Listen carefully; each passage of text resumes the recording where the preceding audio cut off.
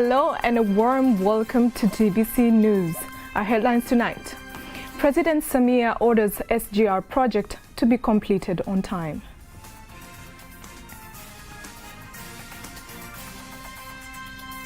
Security in national reserves and parks to be strengthened.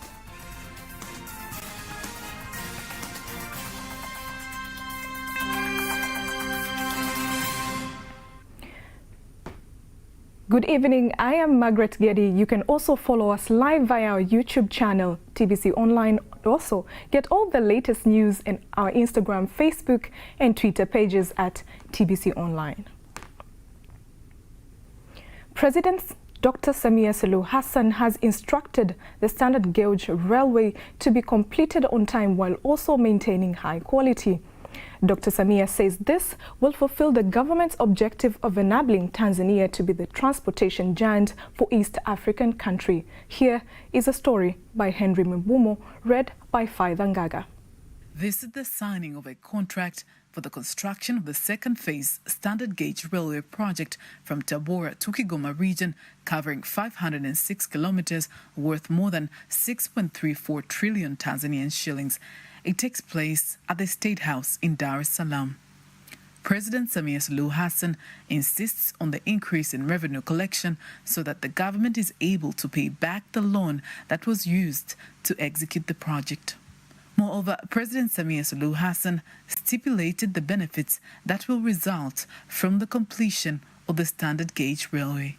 Ni reli zinazokwenda kuifungua Tanzania na kuiunganisha na DRC. This is a railway that is going to open up Tanzania, and it is going to connect Tanzania to DRC, especially on its eastern corner, which has a lot of trade movement. Kwenda kwenye soko la dunia. Tanzanian shillings in the financial year 2022-2023 for improving the railway sector. Madam President, another benefit of this railway is that it will reduce the cost of road maintenance, and therefore our roads will last longer because the railway will reduce the bulk being carried through our roads. Faida Ngaga, TBC. To tell us more on the progress of the project, we are joined by Tanzania Railways Corporation Managing Director, Mr. Masanja Kadogosa, talking to Nasser Kingu. Thank you very much, Margaret Getty. We are joined by TRC Director General, who is here to tell us about the progress of the SGR project, but also when exactly will anyone here in Tanzania start to enjoy the service. But also we have other strategic areas that actually need almost the same service here in Tanzania. It's going to tell us as well about how what plans does the government has to make sure that we have very efficient railway system here in Tanzania. Director General, welcome to TBC News. Thank you so much. To start off, the viewers would like to know, we have been hearing a lot about SGR project, one of the biggest projects here in Tanzania, and people would like to start enjoying the service, but maybe you will start by telling us the progress that we have made so far. Yeah, basically today I think is for our country history. It's a monument, monument event. What happened today, the signing of the last lot, but phase 2, from Tabora to Kigoma, that give us an end for the construction of Central Railway. So because if you are talking about Central Railway, you are talking about the phase from Dar es Salaam all the way to Mwanza, then Kigoma. So today is really a monument day for the country, and I'm very sure for the next 100 years, this day, it will be a day to remember. Now, in terms of the progress, you see our construction is in different phases. We have the first phase from Dar es Salaam all the way to Mwanza. So within the first phase, we have 5 lots. The first lot from Dar es Salaam to Morogoro, then Morogoro to Makutupola, then Makutupola, Tabora, Isaka, Mwanza. Now, the first lot, which is from Dar es Salaam to Morogoro, we're almost finished. We're around 97.67%, which we're almost done in terms of infrastructure construction. The only final construction we are doing now is from the Ilala all the way to our port, which is we are looking by mid of next year to be done. The project is expected to cost about 23 trillion Tanzanian shillings, and at the end of the day, it has to make sense business-wise. Maybe you like to tell the viewers what will SGR have as unique features compared to other modes of transportation? Yeah, you see, whatever a big project like like the one we are doing now, before you start, we have so-called a feasibility study. So we've done our feasibility study, we know our numbers, and we know where is our cargo. That's why we are pushing hard, to get to Kigoma, so that we can get to Congo.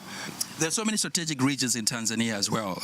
There are railways right now which are not properly used between Dar es Salaam and Kilimanjaro, all the way to Tanga as well. How are you planning to renovate or make use of these railways again? Because also at the end of the day, will contribute to the national building. As you may recall, few months ago, or maybe few months ago, we just finished the first phase of rehabilitation of our old railway from Dar es Salaam all the way to Tabora. But also, as I speak now, we have already signed another contract to rehabilitate from Kaliua all the way to Mpanda. So we are working, but also the government has a plan to start rehabilitation from Ruvu all the way to Korogwe, then Tanga, then all the way to Moshi, then Arusha. Yeah. Thank you very much, Director General. Back to you, Margaret.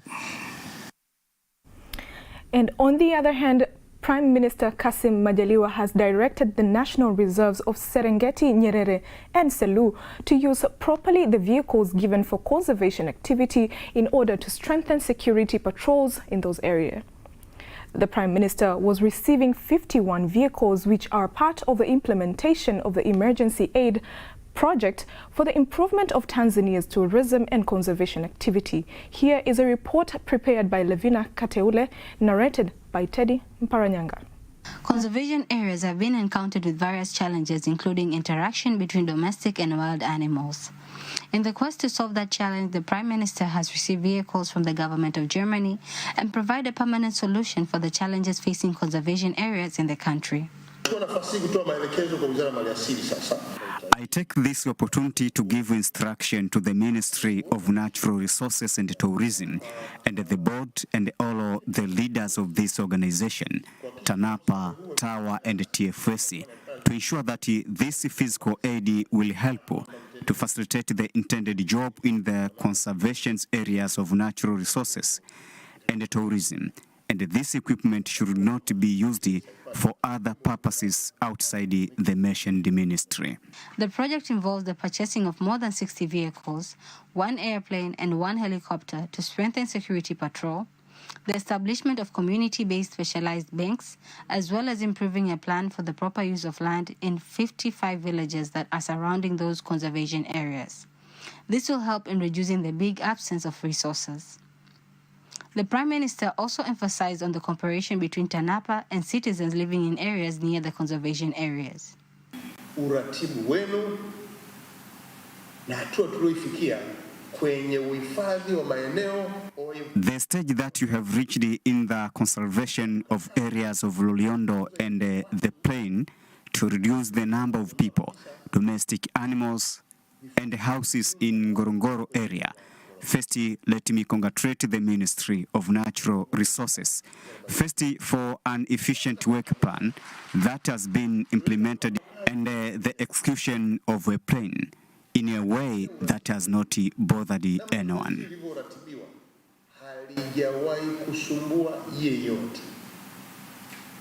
The Germany ambassador to Tanzania, Ambassador Regine Hess, has said that Germany will continue to cooperate with Tanzania in ensuring that there is a continuous conservation of animals, while the Minister of Natural Resources and Tourism, Dr. Pindi Chana, says that the implementation of the project is a part of President Dr. Samia Suluhu Hassan's vision to strengthen conservation activities and tourism in the country, as well as security patrol in the mentioned areas.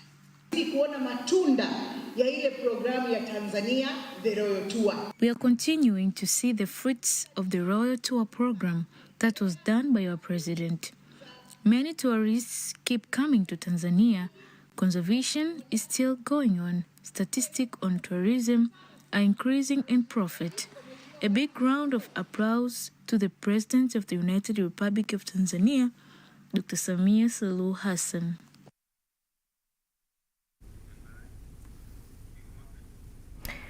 Now, moving to the Spice Islands, the President of Zanzibar and the Chairman of the Revolutionary Council, Dr. Hussein Ali Mwinyi, has directed the Ministry of Health to establish a nursing directorate in the ministry to increase effectiveness of the work of the nurses. Our reporter, Swahumu Mavura, has more.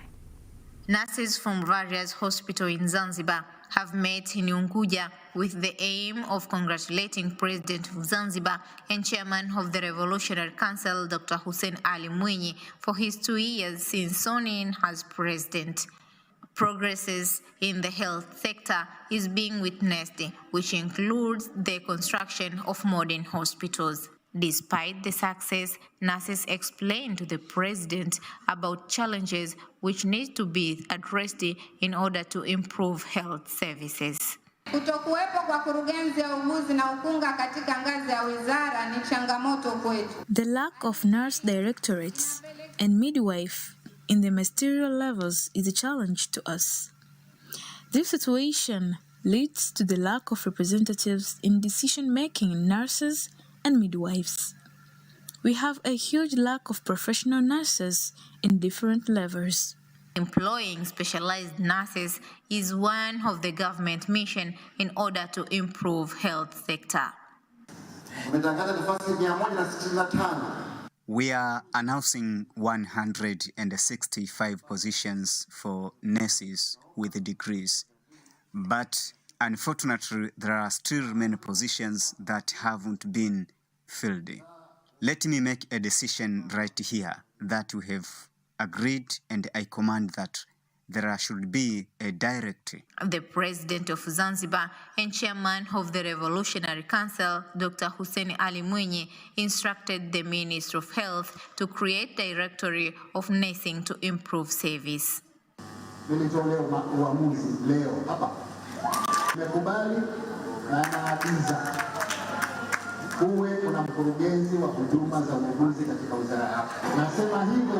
Let me make a decision right here that we have agreed, and I command that there should be a director in the Ministry of Health. Regarding the issue of Mbweni Health College being returned under the Ministry of Health, President Dr. Mwinyi says the government is still working on it. Saumu Mavura, TBC, Zanzibar. The Minister for Constitution and Legal Affairs, Dr. Damas Ndumbaro, urges Tanzanians to widely use opportunities provided by various resolutions reached in international meetings. Dr. Ndumbaro insisted that most of these resolutions are meant for the economic development of individuals of the country. Dr. Ndumbaro was giving an assessment of the international meetings he attended, including the Commonwealth Law Ministers meeting held in Balaclava, Mauritius, and the Expert Committee meeting of Rights and Legal Affairs of the African Union involving ministers responsible for the Constitution and Law and Justice held in Addis Ababa, Ethiopia. In addition, the minister raised the issue of a right to nationality in Tanzania and the eradication of statelessness in Africa.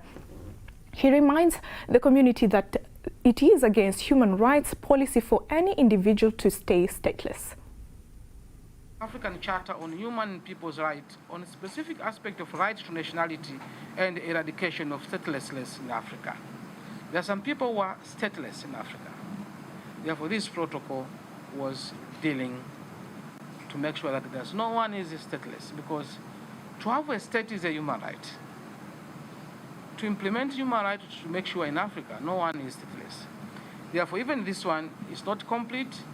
It's back to the drawing board to be polished, and after 9 months it will be tabled again for the specialized technical committee of ministers of justice in Africa to have a look of it, and if approved, it will go to the presidents, heads of states and government for signing and ratification. In addition, the minister asked all the citizens to be good ambassadors of the country wherever they are.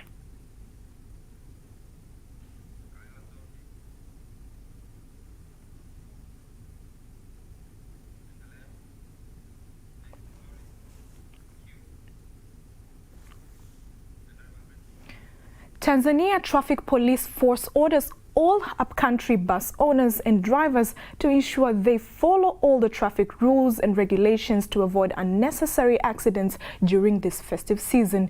Here is a report prepared by Henry Mabumo and read by Nasser Kingu. The Tanzania's Traffic Police Commander Ramadhani Ngazi is visiting the Magufuli bus terminal. This follows the strict measures the Traffic Police Force plans to take to control road accidents at this time of the year, as many Tanzanians plan to travel across the country for the end of the year holidays. This is the time everyone has to follow the traffic regulations. Whenever on the steering wheel as a driver, make sure you are not under any influence. The major decision you have to make all the time is overtaking. Make sure your overtaking is always calculated well to avoid any unnecessary accidents. He also insisted the bus inspection team to be vigilant at this time of the year and ensure all traffic laws and regulations are followed.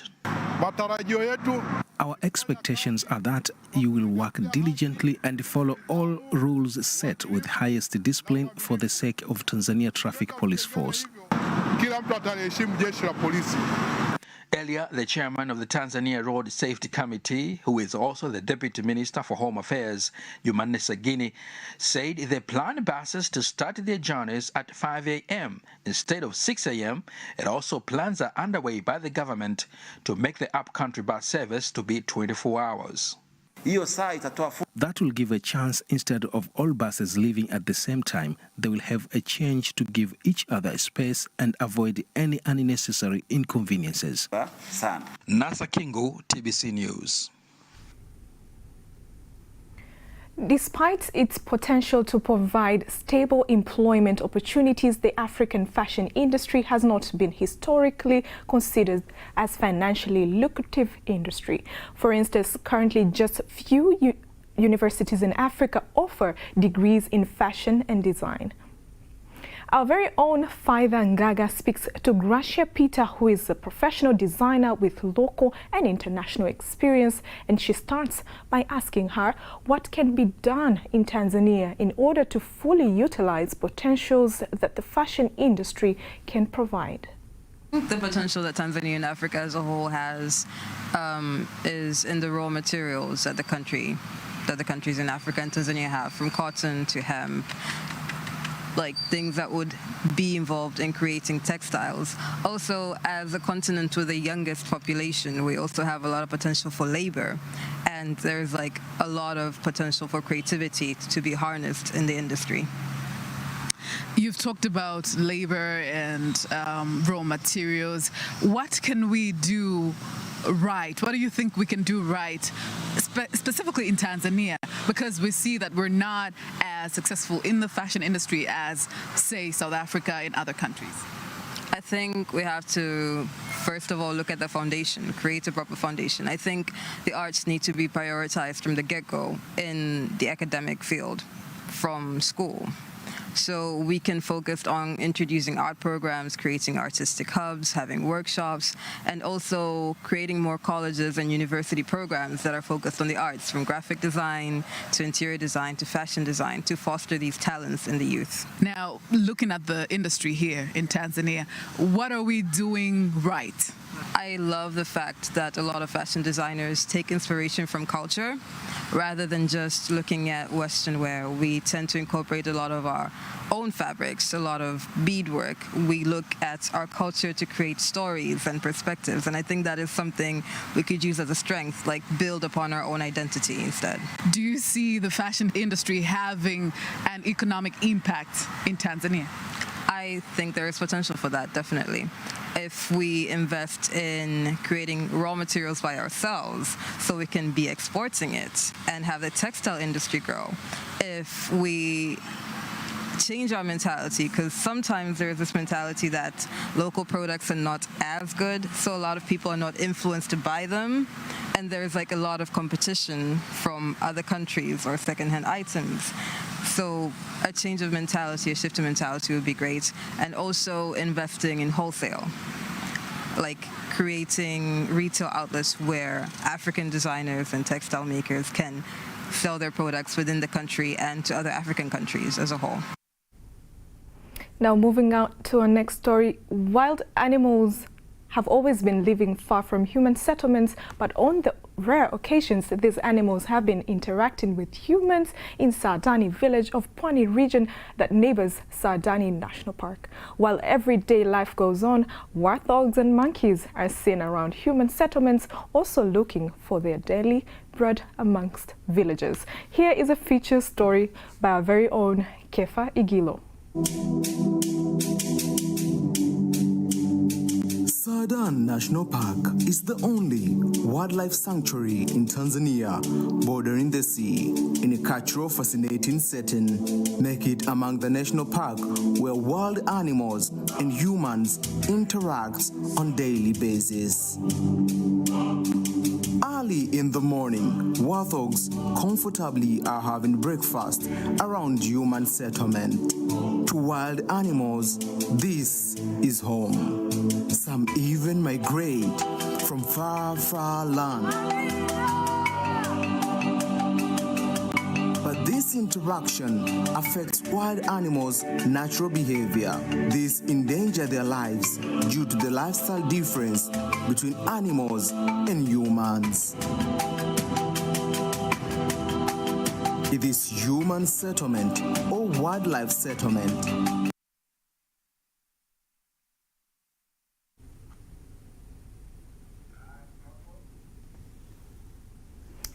That's a very interesting story indeed. And that news item concludes our local news tonight. International news is up next.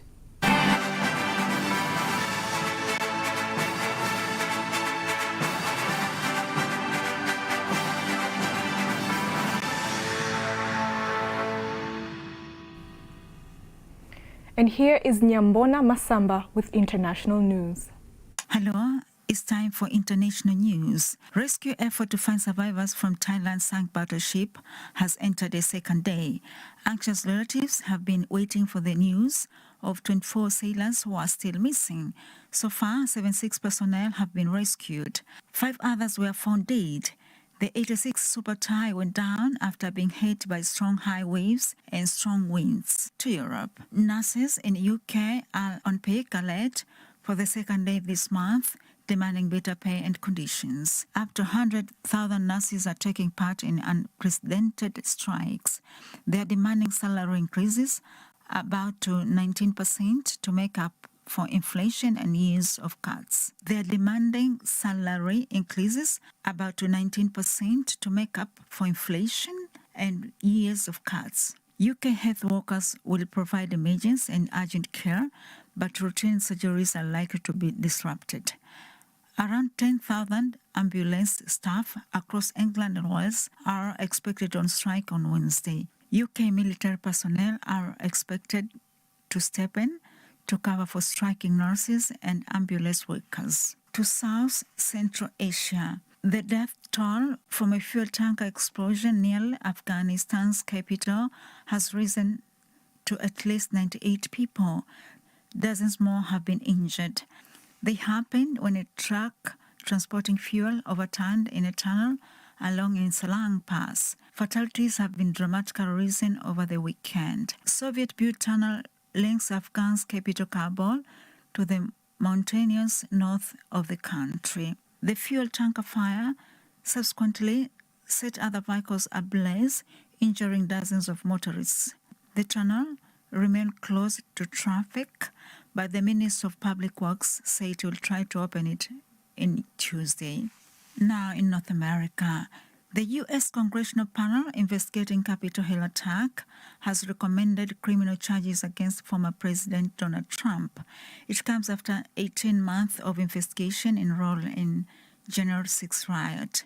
Trump says it's an attempt to block his 2024 White House run. From North America to Latin America, in coming hours, the Peru's Congress is said to reconsider holding earlier elections. President Dina Boluarte has been urging politicians to bring vote forward to this time next year. It is the main demand of the protest angered by the ousted Pedro Castillo. Nyambona Masamba, TBC, Dar es Salaam. And that marks the end of the news bulletin for tonight. And on behalf of everybody who prepared this news bulletin for tonight, I am Margaret Getty.